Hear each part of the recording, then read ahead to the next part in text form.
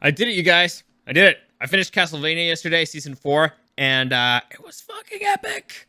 So let's get into it. Welcome to the newest episode of SDW. Super Dario World!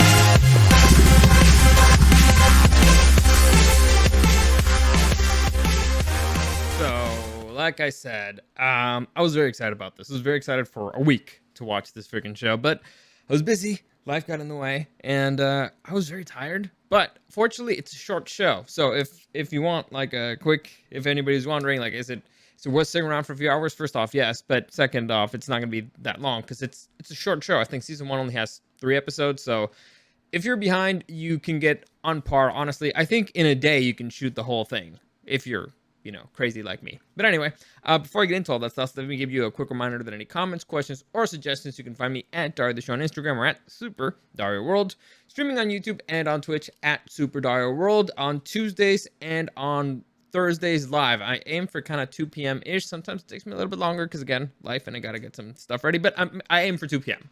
I aim for starting at 2 p.m. Eventually I'll get there, discipline and making stuff a little bit easier for me to set up and stuff like that. So hopefully I'll get there eventually. Anyway, yeah, it is great. I'm planning on doing like the longer episodes on those days, so it gives time for me just to hang out with the chat and stuff, which is fun. So I'm gonna be aiming for that. So Tuesdays, Thursdays, live stream if you want to join me again on YouTube and on Twitch at Super Dire World. And those will probably be way longer because the rest of the week it's just gonna be shorter stuff. And if you want to find the video for those, it'll only be on YouTube or listen to the podcast wherever you listen to the podcast. Like, subscribe, that really helps me out. I really appreciate it. And let's get into it because I'm kind of excited for talking about this particular topic. So I will be talking about the new Netflix series, well, the newest season of the Netflix animated series Castlevania. So before I get into it, and because I gotta warn you, I will be doing spoilers eventually, but I'm gonna start off not with spoilers because that's usually how I do. So, is it worth your time? Because it's 4 seasons in. This is the 4th season that just came out. Is it worth your time? Definitely yes. It's a great show. It's probably the best show on Netflix at this point overall. I've thought long and hard about this, and I know that recently I said that my 3 favorite shows on Netflix. I was talking about The Witcher, and Cobra Kai. Those are probably my 3 favorites that because they announced new seasons. And I remember in that podcast I mentioned that I would mention Castlevania there, but they hadn't announced when the new season was coming up, and all of a sudden, boom, new season.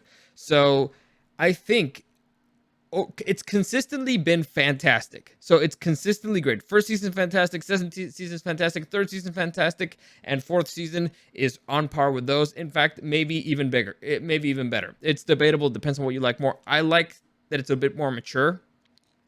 It's evolved in a very interesting way. The relationships between the characters have evolved, and their maturity level has evolved. So I loved it. I loved it. It's deep. It's philosophical. It's bonkers it's action packed, and so I really enjoyed it. To me, it seems like the best season yet. And so it's a show that's gotten progressively better. The characters keep getting better. You keep caring about them.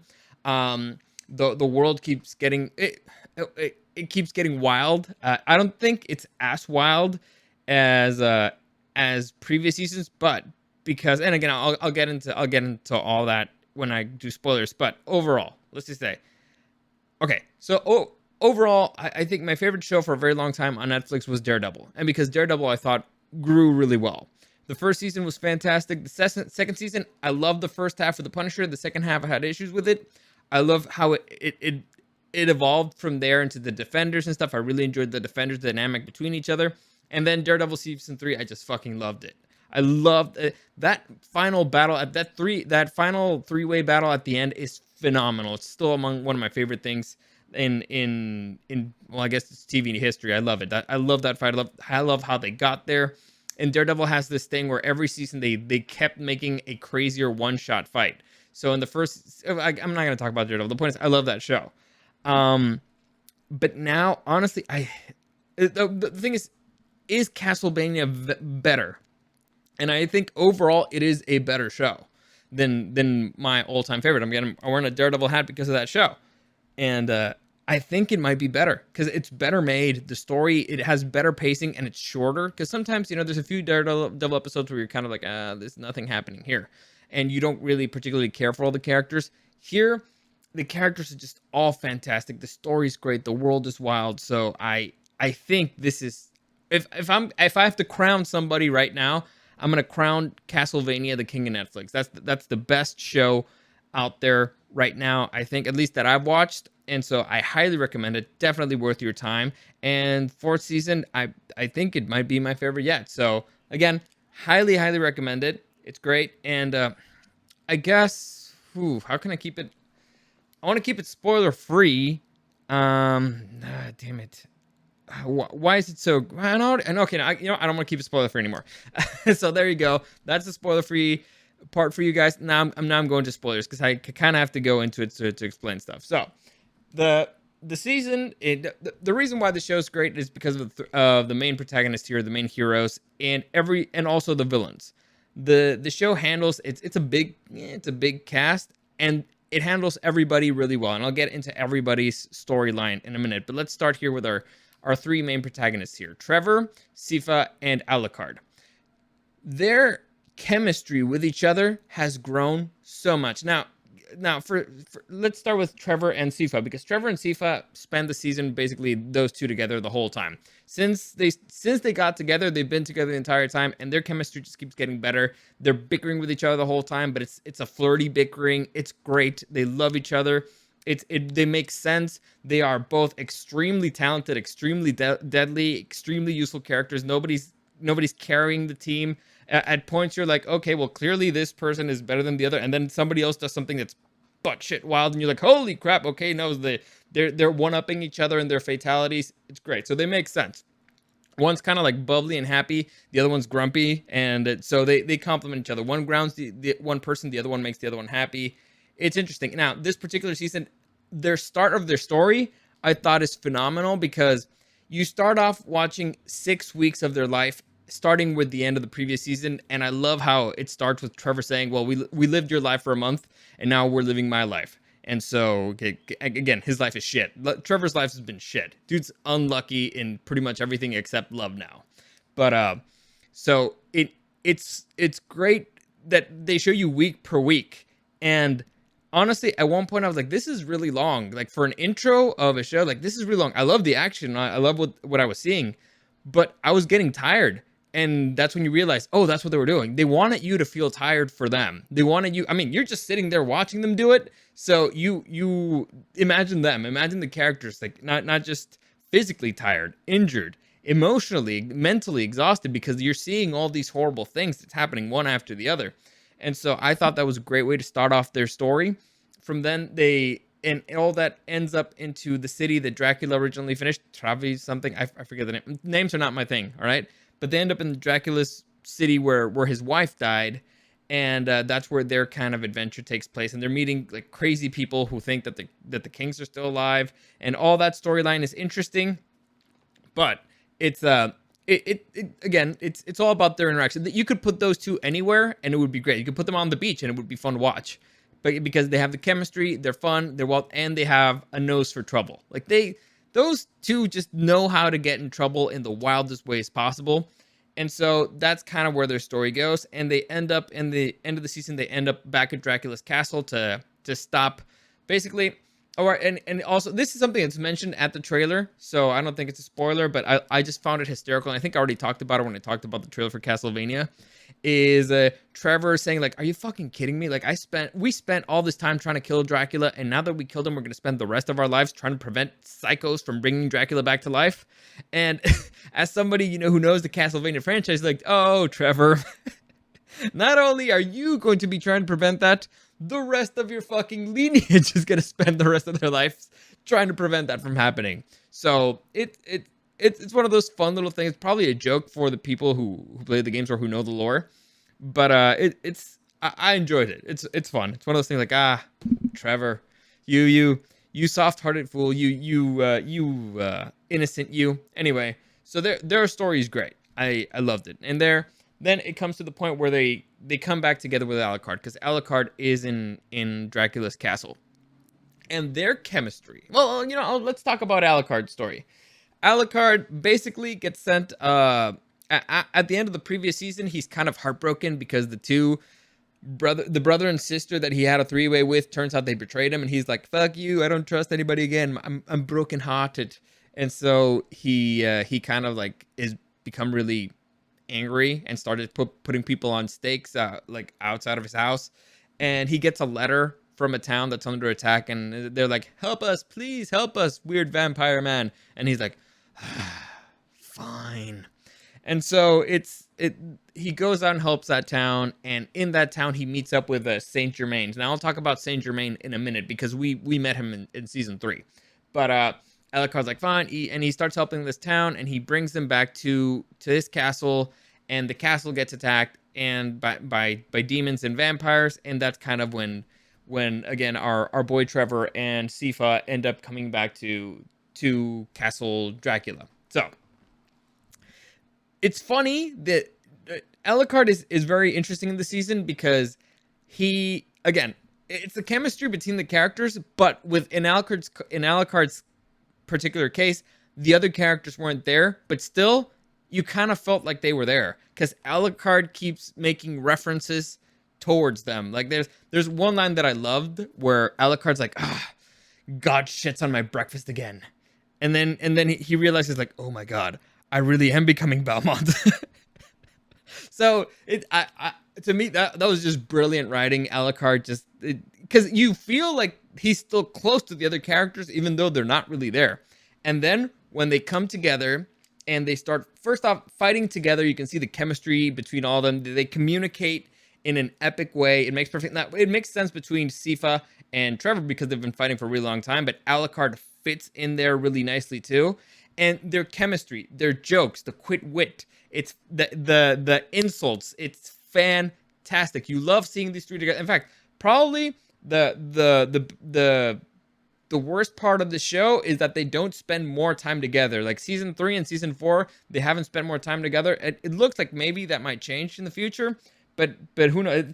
And again, it's not a bad thing, because they're off in their own adventures, and they're good adventures. But you wish they would hang out more, because they have the chemistry, and the writers are writing them very well in a way that makes sense, and none of them are boring, and they all make each other better, and they're all pains in each other's butts in the best way possible.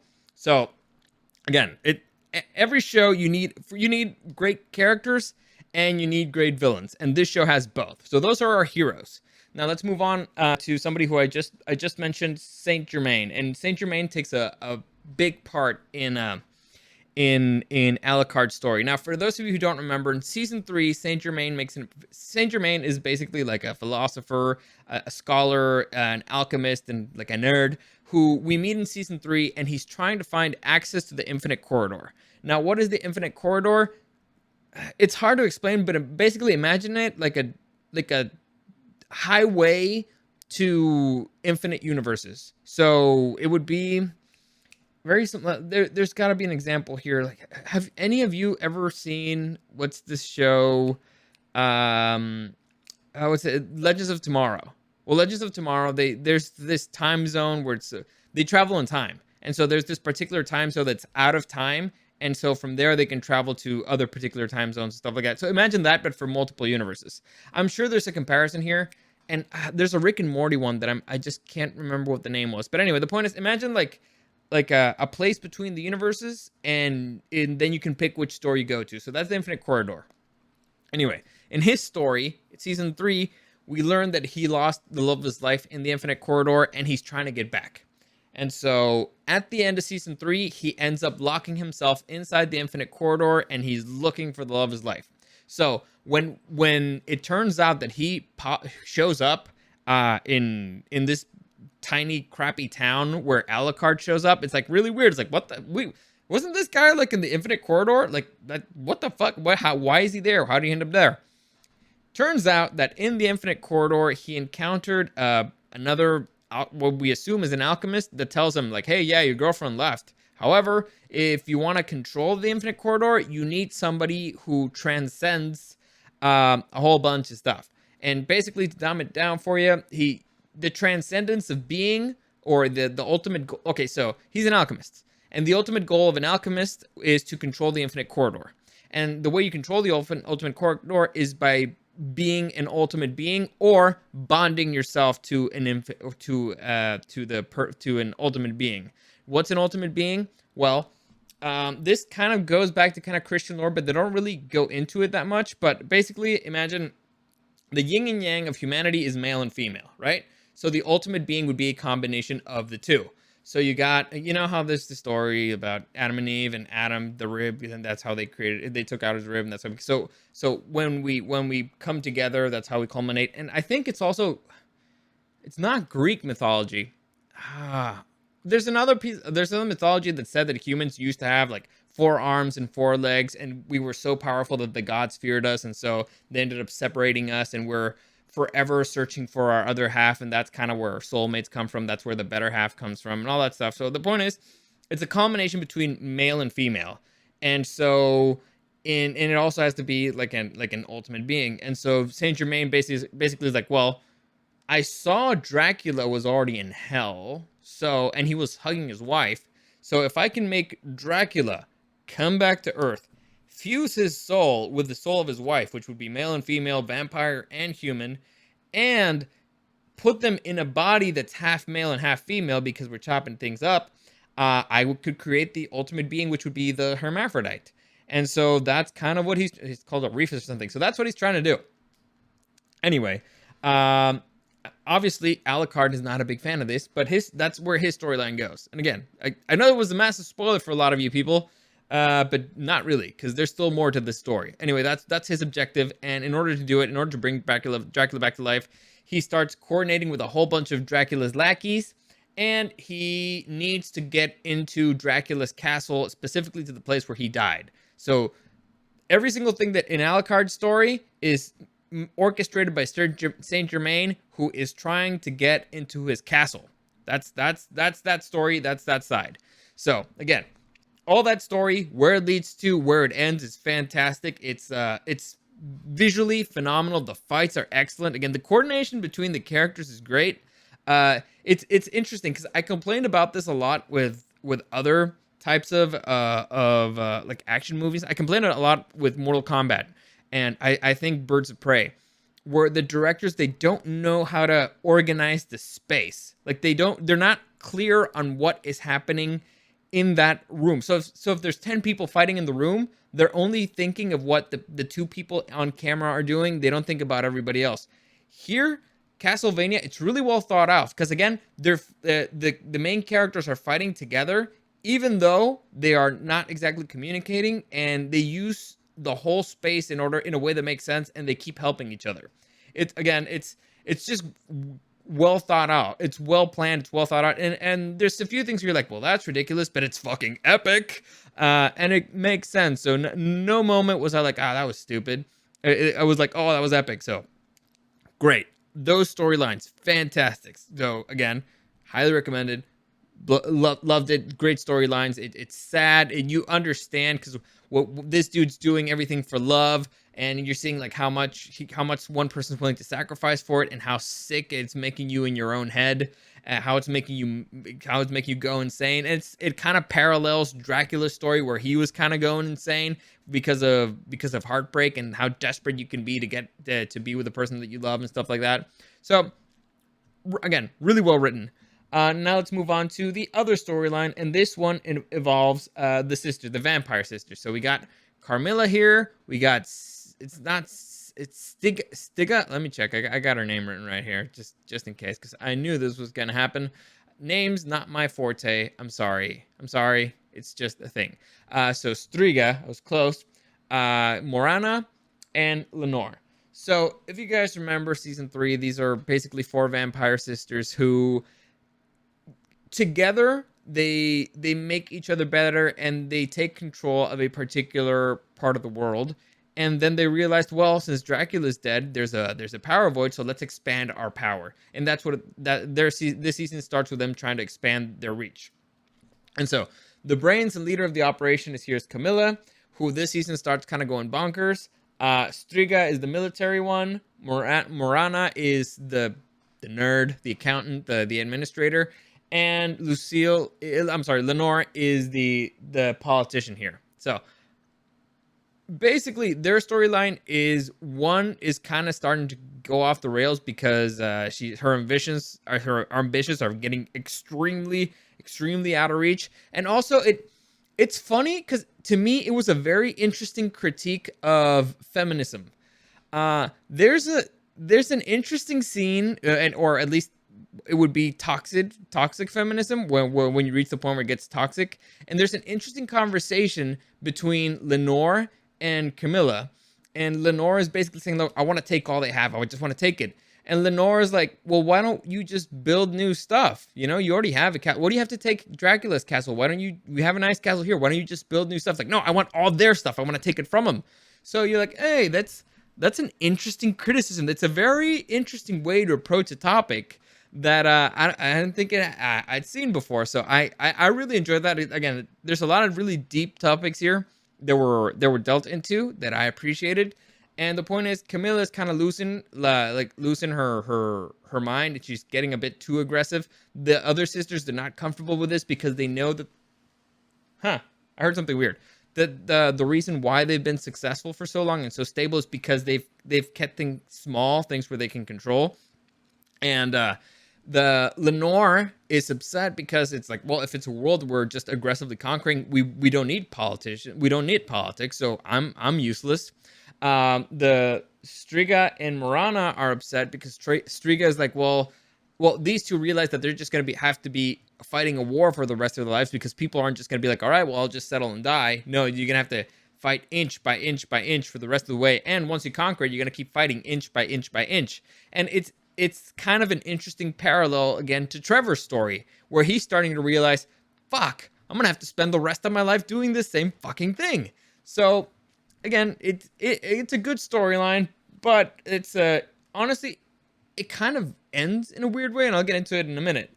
So let's talk about Lenore and Hector. So Hector, also one of the main players in that storyline.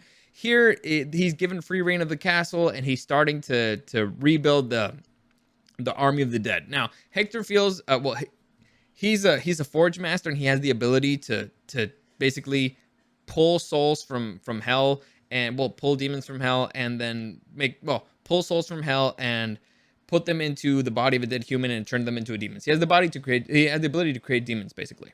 And so he's been taken captive by the sisters, and he's bonded by a ring. And so it's like, all right, well, I'm making an army for you, and by extension, well, not by extension, but he decides, you know what, I'm also going to help bring Dracula back to life because he feels bad because he was lied to and he betrayed Dracula, and so he's like, all right, fine, I'll help you bring him back. He doesn't really have a plan after that. He's like, all right, I'm just going to do that, and I'll atone for my sins, I'll atone for my betrayal, and done. So that's what is that noise?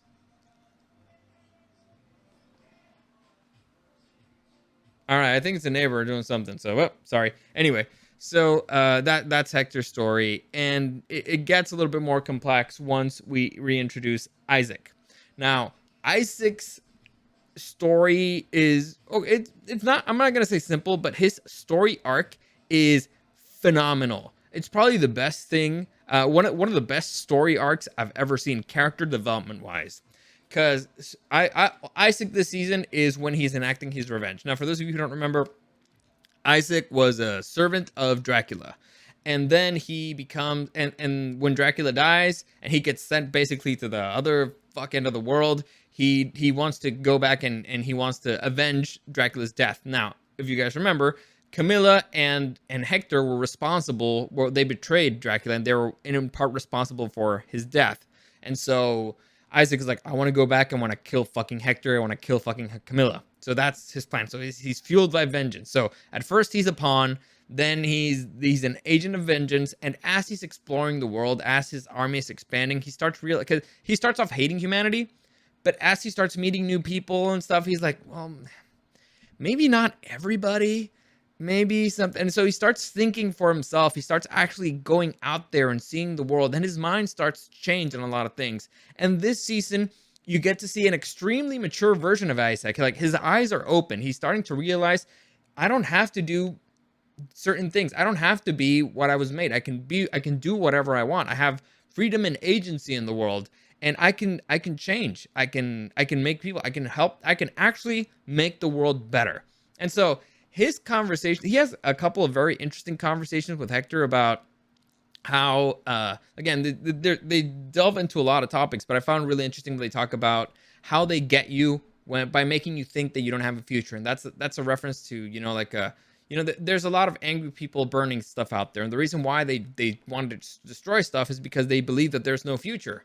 And or gang members, the reason why how they get you into a gang and stuff, they make you believe that there's no future, there's no opportunity, but there is. You have agency, you have choices, there's stuff you can do. Then there's a very interesting conversation. I think it was with Isaac or somebody else. I think it was Isaac and Hector about, no, it was between Hector and Lenore. I'm sorry, Hector and Lenore. They're talking about the difference between power and strength, which is a phenomenal conversation. It's a very deep, interesting topic. Basically, with strength, you want to actually make something better, and with power, you just kind of want to destroy. You used to destroy.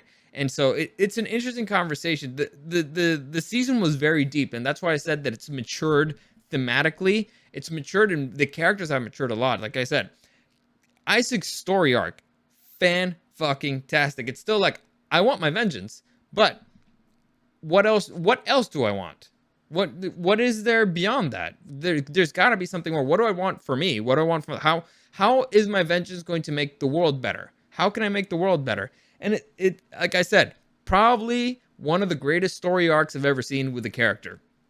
And what makes it even better is that he's a likable villain, because he still kind of wants vengeance for Dracula, and we know who killed Dracula. Well, technically it was himself, because he allowed himself to get killed, but it was our boy Alucard, it was Trevor, and it was Sifa. So there's gonna be a clash there. But we've been following Isaac. We like some of the ways that he thinks. So it's gonna be interesting. That clash, if it ever happens, is going to be phenomenal, because you like the characters on both sides and you understand them. And even though one of them might be doing horrible things, you've seen them grow and you kind of understand why. And again, that's what makes a likable villain. Anyway, the best part about Isaac's story is the boss fight with Camilla. That, honestly, the way that they set it up in basically a pool of blood that just keeps spreading down the stairs. It was, I don't know, I was like watching a video game fight, which is good because we're watching a show based on a video game, right? And I just, the music and everything, the tone, the strategy, everything, it was just fantastically done. It was phenomenal. I loved everything about that. Like that storyline from beginning to end, from Isaac pondering the meaning of life, of his existence, of everything, and executing his plan, and then afterwards, learning forgiveness, learning about what he wants for himself, what he wants for the future. In a way, letting go of Dracula, because he himself is like, you know what, maybe we should let Dracula rest, because he wasn't doing things well. He was, we owe him a lot, we loved him, but that doesn't mean he's doing things well. So letting go of the past, accepting that you loved it, it's okay, but it's good to let things go. It's great. Honestly, phenomenal. It's again, one of the greatest character arcs of all time and character developments. And this thing has to culminate in a clash between the main heroes and this guy, and it's going to be great. However, it's possible that it may not, and it's possible that there's a team up that happens in the future, because we don't know what's going to happen in the future. The way that the season ends, to me, I thought it was good. It didn't leave you enough of a clue of what's going to happen in the future, but I guess that's okay. I mean, we ended up with Dracula and his wife back in the world, but Dracula is now like, well, I'm in love and I'm happy, so I'm not going to really fuck stuff up. I just want to go back home. So we don't know what's happening there. And Trevor and Sifa are happy. Alucard's happy. So there's okay. Everybody kind of ended up happy, end the end. So if the show ended today, you're like, oh, okay, that was a good happy ending. I don't think that's what Castlevania is known for. So we'll see what happens in season 5, because I mean, there's things have got to get fucked, because I think season 5 is confirmed. So I have no idea where they're going with it, but it's starting off with the 3 main characters together. Isaac starting off a completely new adventure, and the only downside to this season is they killed off the sister storyline. Like this storyline is done because Camilla's dead. Lenore, basically, she's dead as well, and the other 2 were like, you know what, fuck it, we'll just go do our own thing by ourselves. So it sucks that they kind of killed them off and killed off that storyline, and it happened rather quickly when it looked like they were going to be the big bad. But if it opened up space for something else, something bigger, something badder, cool. I'm all for it. So we'll see. We'll see how it goes. We'll see where this goes. But overall, as of this point, I'm loving this show. I think it's, like I said, it's great. It makes you think. It's deep. The action is bonkers. It's beautiful. It's really, I love the animation. Sometimes they change styles, but I love it. Pretty much every character had their own badass moment. Like even Striga, there's a moment where she's using day armor and it's just fucking badass. So again, highly recommend. I cannot recommend this show enough. It's a must watch. I think it's the must watch show from Netflix. If you're not going to watch anything else, do yourself a favor, watch this show. So that's it. I believe that's a good place to start. That's a good place to end. I don't think there's a bigger compliment I can give anything. So as always, any comments, questions, or suggestions, you can find me at Dario the Show on Instagram and at Super Dario World, streaming on YouTube and on Twitch Tuesdays and Thursdays at 2 p.m. live. So if you want to join me, be a part of the chat, it'll probably be a longer episode, so we can hang out and stuff. That'll be Tuesdays and Thursdays again. Like, subscribe, it really helps me out. I really appreciate it. As always, thank you for listening, and I'll see you again next time.